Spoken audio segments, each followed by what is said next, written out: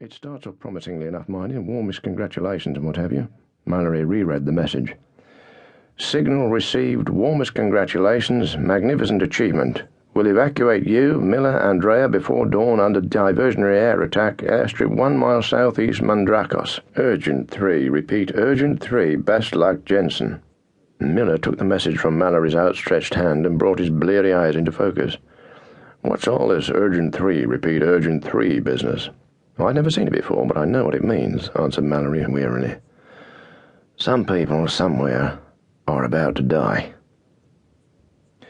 Thursday, 1400 to 23:30 hours. The landing on Termoli airfield on the Adriatic coast of southern Italy was bumpy. A camouflaged British Fifth Army jeep pulled up alongside the plane, and the sergeant at the wheel, having briefly established their identity, waved them inside in silence, a silence which he stonily maintained on their drive through the shambles of the war-torn streets of Termoli. The driver was obviously under the strictest instructions not to talk to them. After 20 minutes, the jeep stopped below the broad flagged steps of a house on the outskirts of the town. The house was a rather splendid example of late Renaissance architecture. The main drawing room was pleasantly redolent with the smell of burning pine from the vast and crackling fireplace at the far end of the room. A tall, heavily built and commanding figure leaned negligently against a table in the centre of the room.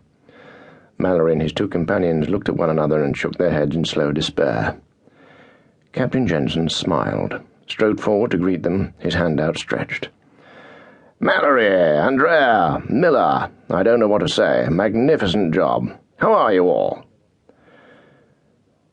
Tired, Miller said firmly. Terribly tired. We need a rest, at least I do.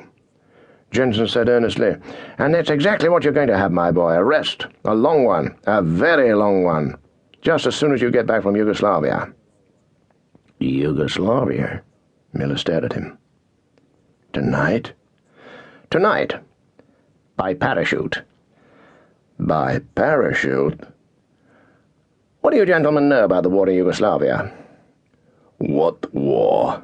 Andrea asked wearily. Precisely. There was satisfaction in Jensen's voice.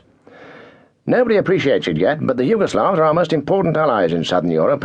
Their war is our war, and they're fighting a war they can never hope to win. Unless, Mallory nodded, the tools to finish the job. True. The tools to finish the job. We are the only people who are at present supplying them with rifles, machine guns, ammunition, clothing, and medical supplies. And those are not getting through. Jensen broke off and, picking up a cane, walked almost angrily across the room to a large wall map. Bosnia-Herzegovina, gentlemen. We've sent in 4 British military missions in the past 2 months to liaise with the Yugoslavs, the partisan Yugoslavs. The leaders of all 4 missions have disappeared without trace. 90% of our recent airlift supplies have fallen into German hands. They have broken all our radio codes and have established a network of agents in southern Italy here, with whom they are apparently able to communicate, as and when they wish. Perplexing questions, gentlemen. Vital questions. I want the answers. Force 10 will get me the answers. Force 10? Mallory said politely. The code name for your operation. Mallory moved closer to the wall map and studied it briefly. Bosnia-Herzegovina. Well, it's a fair-sized area, sir. Agreed, but we can pinpoint the spot, the approximate location of the disappearances, to within 20 miles. Look, sir, why us? Asked Miller. We're saboteurs, explosives experts, combat troops. This is a job for undercover espionage agents who speak Serbo-Croat or whatever. You must allow me to be the best judge of that, Jensen smiled. Besides, you're lucky. Luck deserts tired men, Andrea said. And we are very tired. Tired or not, I can't find another team in southern Europe to match you for resource, experience, and skill. Jensen smiled again. And luck. I have to be ruthless, Andrea. I don't like it, but I have to. But I take the point about your exhaustion. That's why I've decided to send a backup team with you. Mallory looked at the 3 young soldiers standing by the hearth, then back to Jensen, who nodded. They're young, fresh, and just raring to go. Marine commandos, the most highly trained combat troops we have today. Sleep's the thing now, but first I'd like a few minutes' report on Navarone, you know. I see.